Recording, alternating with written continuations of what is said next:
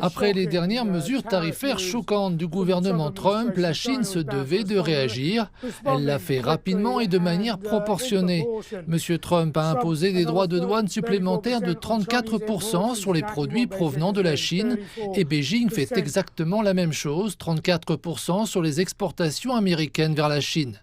Cette mesure entrera en vigueur le 10 avril, soit le lendemain de l'application des nouveaux tarifs de M. Trump. Cependant, certaines mesures prennent immédiatement effet. En voici la liste. Le 4 avril, le contrôle des exportations sur 7 types de terres rares a été mis en place. Rappelons que la Chine ne se contente pas de les extraire, elle les traite aussi en grande partie. Ces éléments sont très importants pour l'industrie américaine. 11 entreprises américaines sont ajoutées à la liste des entités non fiables, parmi lesquelles quelques fabricants de drones ayant besoin de technologies chinoises.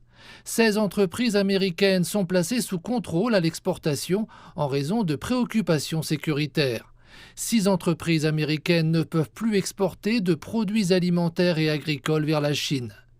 La partie chinoise, quant à elle, a publié une déclaration rare affirmant que cette pratique des États-Unis ne respecte pas les règles du commerce international, qu'elle porte gravement atteinte aux droits et intérêts légitimes de la Chine et qu'elle constitue un exemple typique de pratique unilatérale et d'intimidation.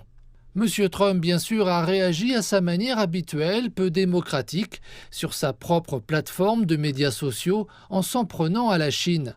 Il déclare « La Chine a mal joué, elle a paniqué, la seule chose qu'elle ne pouvait pas se permettre de faire ».